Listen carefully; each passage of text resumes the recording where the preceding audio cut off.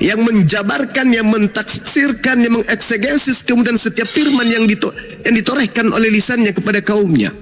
Yesus menamatkan ajarannya. Yohanes 17 nomor 8. Segala firman yang engkau berikan kepadaku. Yesus menerima segala firman. Dan apesnya segala firman itu tidak berbentuk buku Lukas, buku Yohanes, buku Matius, buku Markus, apalagi 13 surah-surah Paulus. Tidak berbentuk seperti itu. Dan cakupan dari semua firman itu endingnya menghantarkan orang yang percaya kepada Yesus pada zamannya hanya sebagai Rasulullah, Rasul Allah ila Bani Israel. Jadi Kristen ini dari mana? Kristen adalah sebuah kelompok yang syarat dengan sentuhan-sentuhan ajaran politeisme, Helenisme, sinkretisme, tritinisme, dan seterusnya. Itulah Kristen. Makanya kalau ditanya, wahai saudaraku Kristen, adakah Yesus mengenal Bible? Bingung.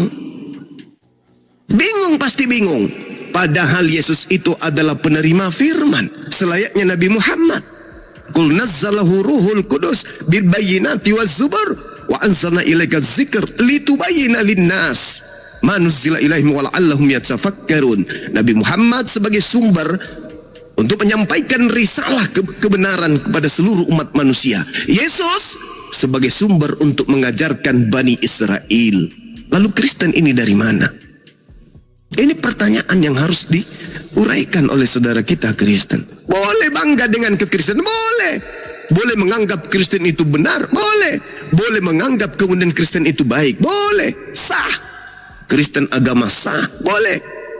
Tapi tidak sesederhana itu keselamatan itu.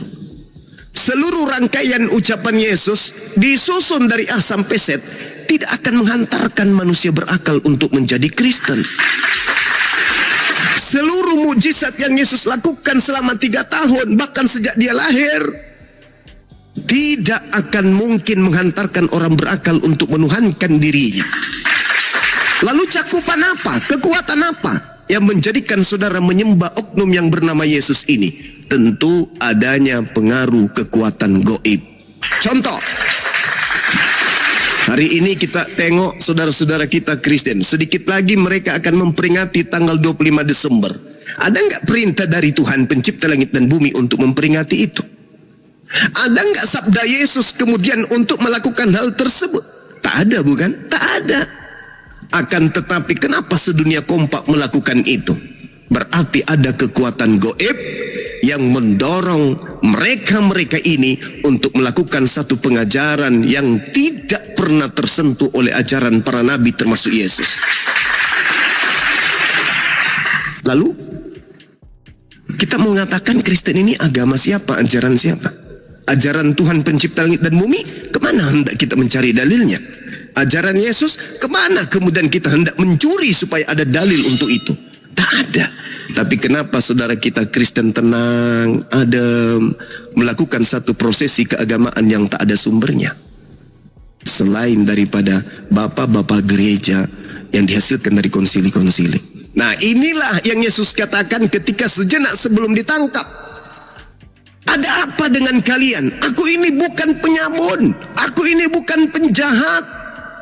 Aku ini bukan penyesat. Ada apa kau datang ingin menangkap aku dengan pedang dan pentungan? Padahal engkau setiap hari bersama aku mengajar di bait suci.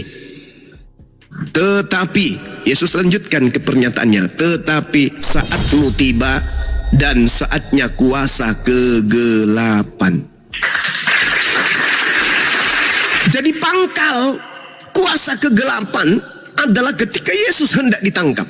Itu pangkal kegelapan itu. Apa hasilnya penangkapan Yesus? Lahirlah Paulus sebagai rasul. Lahirlah kemudian kitab-kitab kanonik. Lahirlah 13 buku Paulus. Lahirlah kelompok-kelompok di Antioquia bernama Kristen. Lahirlah upacara Natal. Lahirlah peringatan kematian Tuhan, kebangkitan Tuhan, kelahiran Tuhan, kenaikan Tuhan, bla bla bla bla bla bla bla bla bla. Itu awalnya dari mana? Awalnya dari kuasa kegelapan, yaitu upaya-upaya orang Yahudi yang membenci Yesus untuk melakukan penangkapan, eksekusi mati terhadap Yesus. Itu awal kuasa kegelapan. Menurut siapa? Menurut Yesus. Makanya Yesus mengatakan dalam Yohanes 12:31, saatnya dunia dihakimi. Sekarang juga saatnya dunia dihakimi. Sekarang juga penguasa dunia dilemparkan keluar. Siapa penguasa dunia menurut Yesus? Iblis. Dilemparkan dari mana? Jelas dari kubur. Makanya Yesus ketika ditanya, Guru, apa tanda? Kemudian berikanlah tanda kepada kami. Yesus mengatakan apa? Orang Farisi dan angkatan jahat ini minta satu tanda, dan tidak akan diberikan satu tanda kepada angkatan jahat selain tanda anak manusia keluar dari kubur. Jadi pada hari ketiga keluarnya manusia dari kubur itu tanda untuk siapa? Tanda untuk angkatan jahat. Orang Kristen percaya nggak terhadap tanda itu? Percaya. Berarti Kristen percaya kepada angkatan jahat, yaitu orang-orang Farisi. Saya kira begitu saudaraku. Renungkan apa yang saya sampaikan, lembutkan hati kalian, jangan ego terhadap diri kalian. Ingat, hidayah Tuhan pencipta langit dan bumi kepada kita adalah hak setiap manusia sebagai hak prerogatif untuk mendapatkan keselamatan. Caranya, lembutkan hati, gunakan akal sehat, dan jangan menolak kebenaran dari manapun sumbernya. Saya kira begitu sebagai salah satu contoh ketika kita ceramah apologetika Islam Kristen. Demikian. Anak Romo sedikit. Oke. Jadi dari penjelasan Bang Juma itu dapat kita ngambil kesimpulan bahwa apa yang dikatakan Al-Quran, kita boleh buka bersama ya teman-teman sekalian. Inilah yang membuat mereka ketabrak dan saling nubruk. Sehingga mereka tidak punya landasan keimanan yang mereka sebut benar dalam imannya mereka. Kalau kita membuka, Al-Quran menjelaskan di dalam Al-Baqarah 42. Wala talbisul haqqa bil batil wa taqtumul haqqa wa antum ta'lamun. Artinya apa? Janganlah kamu campur adukan yang hak dengan yang batil, dan janganlah kamu sembunyikan yang hak itu, sedangkan kamu mengetahuinya. Lalu maksud daripada hal tersebut bagaimana teman-teman? Maksud daripada perkataan Allah di dalam Al-Baqarah ayat 42 menjelaskan kepada kita bahwa berarti ini bercerita orang terdahulu dia tahu ini firman Tuhan. Dia tahu ini datang daripada Tuhan. Tapi ketika dia menyesuaikan dengan hawa nafsunya, ternyata banyak hawa nafsunya yang ditolak Tuhan. Ternyata banyak keinginannya yang dibantah Tuhan. Lalu kemudian apa? Daya dan upaya menolak perintah Tuhan. Kalau mereka tak mampu menolak dengan mendustakan dan mengatakan, wah ini dusta dan ini hancur, aku tak akan beriman kepadamu Musa, aku tidak akan beriman kepadamu Isa. Kalau tak berhasil mereka dustakan, lalu apa yang akan mereka lakukan? Mereka pasti akan memikirkan cara kedua, yaitu dengan masuk di antara kawanan penganut.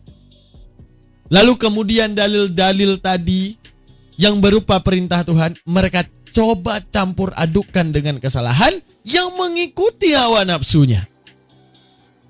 Lalu kemudian umat di kemudian hari di tahun 2025 dengan beraninya mengatakan ini adalah kebenaran.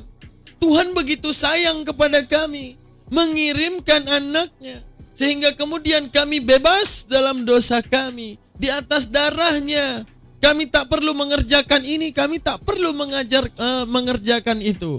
Dan setiap kesalahan kami pasti Tuhan akan mengampuni, karena begitu baiknya Tuhan. Itu yang terjadi sekarang. Lalu saat mereka menjabarkan Tuhan pun, mereka akan saling terbentur. Mereka akan saling memaksakan kehendak masing-masing. Misalnya kita melihat di antara perdebatan Kristen bersama Kristen yang sekarang lagi viral. Edis mengatakan penyaliban karya iblis. Akan tetapi Kristen lain membantah Edis mengatakan, tidak, itu karya Bapa. Lalu kalau kita berpikir, ini justru karya kedua-duanya. Apa karya kedua-duanya? Bapak penyelenggara, iblis tukang suksesi, karena korbannya sama. Akan tetapi di dalam Islam justru menjawabnya dengan hal yang begitu indah. Ketika kemudian manusia mencoba membuat makar Artinya makar wa makaru wa makar Allah wallahu khairul makir. Orang-orang kafir itu membuat tipu daya dan Allah membalas tipu daya mereka itu, dan Allah sebaik-baik pembalas tipu daya itu. Arti tipu daya bagaimana? Ketika Yahudi memaukan dan menginginkan bahwa ini anak manusia harus mati. Kenapa? Ini Isa harus mati. Kenapa? Karena begitu banyak penyelewengan yang dia lakukan di balik apa yang kami maukan.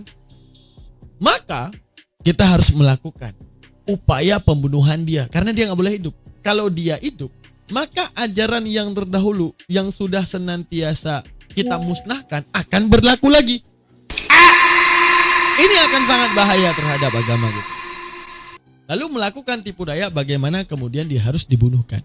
Ketika Yahudi memahami bahwa ini telah mati dirajam, Nasrani memahami dia telah mati disalib, di mana rajam dan salib adalah hukuman hina. Mati disalib dosa besar, pelakunya yang ada di atas salib adalah wajib pelaku dosa besar, dan yang dirajam adalah pelaku dosa besar. Allah selaku Tuhan pencipta langit dan bumi, setiap rasul memang wajar adanya kematian. Setiap rasul memang wajar dia itu harus mati dengan sebab. Contoh Nabi Muhammad dengan sebabnya, Nabi Ibrahim dan segala rasul mati dengan sebab-sebabnya. Ya. Mati dengan segala sebab-sebabnya. Akan tetapi yang Allah bantahkan daripada kematian Isa alaihissalam cuma satu. Karena dia harus mati terhina, Allah nggak mau. Tapi dia suatu saat akan dimatikan oleh Allah, tapi tidak dipandang secara hina. Tapi di dalam kekristenan sungguh aneh. Kenapa? Dan apa yang bikin aneh? Karena mereka mendukung yang namanya orang yang suci mati dalam keadaan hina. Di atas dua karya. Penyelenggara ada Bapa di surga. Yang kedua, adanya pensukses. Siapa? Iblis. Tapi kalau dalam Islam, Allah udah tahu mereka akan membuat tipu daya. Oke, gua balas tipu dayanya. Ini anak manusia yang mulia, yang kujanjikan surga untuknya. Tidak pantas mati dalam keadaan hinakan. Maka Allah menyelamatkannya. Karena satu alasan, jangan mati dalam keadaan terhina. Akan tapi mereka dibalik hinaan setan dan hinaan daripada kaum Yahudi, mereka justru menyetujui bahwa Bapak mendukung hal tersebut. Kan aneh. Oke, mari kita lanjutkan guys.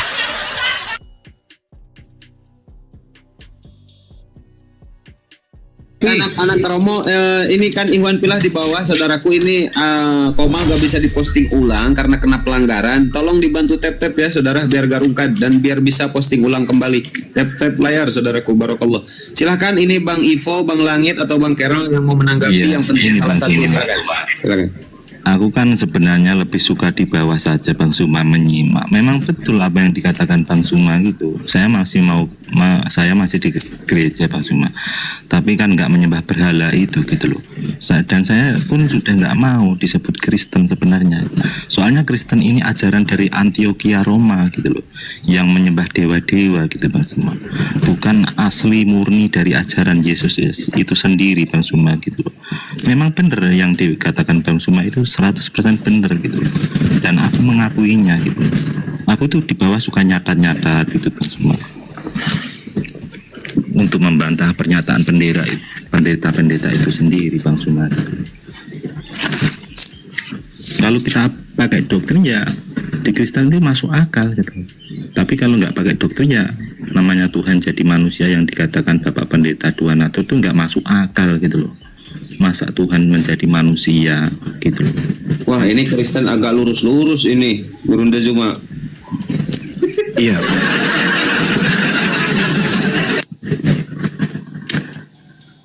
Saudara, tadi ya silakan. Itu ya pandangannya Bang Zuma sama Langit, masing-masing punya pandangan, nggak ada batasan masing-masing gitu. Tapi kalau saya melihatnya Yesus itu memang Tuhan, mau diganggu gugat gimana nggak bisa. Ada 4 peristiwa yang menyebabkan kekristenan itu eksis. 1, kelahiran. 2, kematian. 3, kebangkitan. 4, naik ke surga. Kalau salah satu itu gagal atau dibatalkan, nggak jadi kekristenan gitu. Kekristenan itu dasarnya itu. Kalau dia nggak pernah lahir, ya itu berarti bukan orang Kristen. Kalau Yesus nggak pernah mati, berarti dia bukan orang Kristen. Kalau Yesus nggak pernah bangkit, berarti bukan orang Kristen. Kekristenan itu dibangun dari situ, dari kelahiran, ke kematian, kebangkitan, dan kelahiran. Masalah dengan dewa-dewa ya iya bisa begitu, sinkritisme bisa, itu nggak dinafikan gitu, karena itu memang pengalaman zaman dulu tuh kan memang begitu sejarahnya, sinkritisme. Jadi waktu Romawi masih belum dikuasai kekristenan, agama yang kayak dewa-dewa itu sudah ada, kuil-kuil untuk penyembahan sudah ada begitu. Terus imamnya juga udah ada, Pontifex Maximus, itu semua ada gitu. Yang sekarang bertransformasi menjadi disebut paus begitu. Makanya ada kelahiran tanggal ya. Menurutku masuk akal, bolehlah saya menyembah Yesus lagi gitu loh ya. Matius 11:25 ya. Yesus bersyukur kepada Bapa Tuhan langit dan bumi. Pertanyaannya Bang Ibu, kalau Bapak ini menurut Yesus Tuhan langit dan bumi, Tuhan bersyukur kepada Tuhan masuk akal nggak? Silakan. Ya kalau saya sih masuk akal aja, terserah dia. Dia mau ngangkat siapa jadi Tuhan itu terserah dia, karena itu menggenapi Daniel 7. Anak manusia menerima kuasa, segala kuasa yang lanjut usia memberikan kepada anak manusia. Berarti Tuhan memberikan kuasa kepada anak manusia untuk menjadi Tuhan. Di Lukas 6. Ya. Kita lihat kejadian kan, penipuan terhadap isi otak mereka sendiri. Makanya dikatakan lakini dhalimunal yauma fi dhalalim mubin. Agar tapi mereka yang menzalimi isi otak mereka sendiri, tidak lepas daripada kesesatan yang nyata. Masuk akal nggak Tuhan bersyukur kepada Tuhan? Sedangkan dalam kitab mereka itu menyebutkan Shema Israel Adonai Elohenu Echad, Tuhan satu. Ketika Tuhan bersyukur terhadap Tuhan, jadinya dua. Lalu di mana cara pikirnya itu gimana? Anjay. Apa nggak meledak otak gitu? Hah? Abang yang foto profil kuda ini udah mulai kena otaknya, udah mulai agak tahu bahwa ada hal yang tidak logik. Bahwa manusia saja kalau ngomong nggak bener, nggak masuk akal, kita tolak. Apalagi Tuhan. Makanya sekarang lagi perdebatan Kristen ya, di internalnya itu mereka itu membicarakan tentang sebenarnya Yesus punya Tuhan ataupun enggak. Wow, itu beda. Bagi Edis Yesus punya Tuhan. Bagi apologet lain Yesus nggak punya Tuhan. Lalu begitu banyak yang menentang Edis. Kalau kita dukung mana? Dukung Edis. Karena secara jelas Yesus berdoa. Udah, Yesus berdoa. Kata tahu nggak kata dalam bahasa Indonesia. Ini mereka sampai isi otak mereka terhadap ilmu bahasa Indonesia aja mereka tolak. Berdua. Mereka kata berdoa berarti ada yang menadah, ada yang menerima doa. Apalagi bersilat, ada lawan. Berapa lagi? Bersama. Isinya itu dua oknum. Maka kalau kita ingin mencerna kata-kata tersebut, benar, dia punya Tuhan. Akan tetapi Bang Langit ini yang merupakan beliau adalah seorang Kristen yang agak mulai berpikir di balik apa yang dijabarkan oleh Bang Zuma, gak ada yang harus ditolak. Emang apa yang disampaikan Bang Zuma benar? Akan tetapi mereka yang tadi kata Allah, apa kata Allah? Bahwa mereka adalah orang yang kemakan tipu daya, sehingga mereka akan tertipu seumur hidupnya. Mereka menantikan yang diiming-imingkan, bahwa nanti akan adanya kerajaan surga yang menanti mereka. Allah datangkan kebenaran. Jangan engkau menerima yang namanya iming-iming doang. Buktikan dengan akalmu. Afala ta'qilun, afala tadabbarun. Tapi mereka tolak. Hingga kemudian inilah terjadi. Bagi Pak Ivo, Tuhan di perjanjian lama bukan Bapak Yesus. Bagi Kristen lain, bapaknya Yesus. Bagi Kristennya lain, bapak itu ada di dalam Yesus. Tabrak terus, adu kepala terus sampai seumur hidup. Gak akan pernah damai. Karena apa? Landasannya tidak berdamai. Apa landasannya tidak berdamai? Karena tidak ada penentu kebenaran dan standar kebenaran di antara agama mereka. Melainkan hanya satu pendapat. Tapi kalau kita Al-Quran, banyak. Ada standar rumusan-rumusan ilmu. Kalau orang berbicara bukan di atas standar rumusan ilmu, bodoh amat, tetap ditolak. Kalau mereka enggak, tergantung tokoh. Tokoh ini, oh dia dibenarkan karena dia yang ngomong. Lah dia manusia sama seperti kita, bagaimana kalau dia berbohong? Sehingga tidak ada, oh kami dititipkan Roh Kudus. Sehingga Tuhan adalah seperti ini. Oh kami juga punya Roh Kudus. Tuhan seperti itu. Tabrak terus, seumur hidup tabrak terus. Gak akan pernah adanya perdamaian. Kenapa? Karena mereka selalu dalam keadaan menerka-nerka. Karena apa? Mereka mengaminkan tipu daya yang padahal Al-Quran udah mewartakan adanya tipu daya. Mereka aminkan, maka selamat datang dan tertipu dan selamanya hasil daripada tipuan tersebut. Karena kalian menolak kebenaran. Karena kalian isi kepala yang membicarakan kebenaran tersebut, kalian tolak seakan-akan kebenaran yang hadir di kepala kalian ini hanyalah permainan kata, bukanlah kebenaran. Karena zalimnya kalian menerima kebenaran dan menginjak kebenaran di dalam otak kalian sendiri. Maka selamat datang di balik penyesatan yang datang dari masa terdahulu. Kita lanjutkan. Juga dijelaskan Lukas 6 ayat 5, anak manusia adalah Tuhan atau hari Sabat. Jadi gitu. Apakah masuk akal apa enggak? Lah gimana manusia mau ke surga kalau nggak Ya masuk memang akal? Tuhan Bang Info ini ada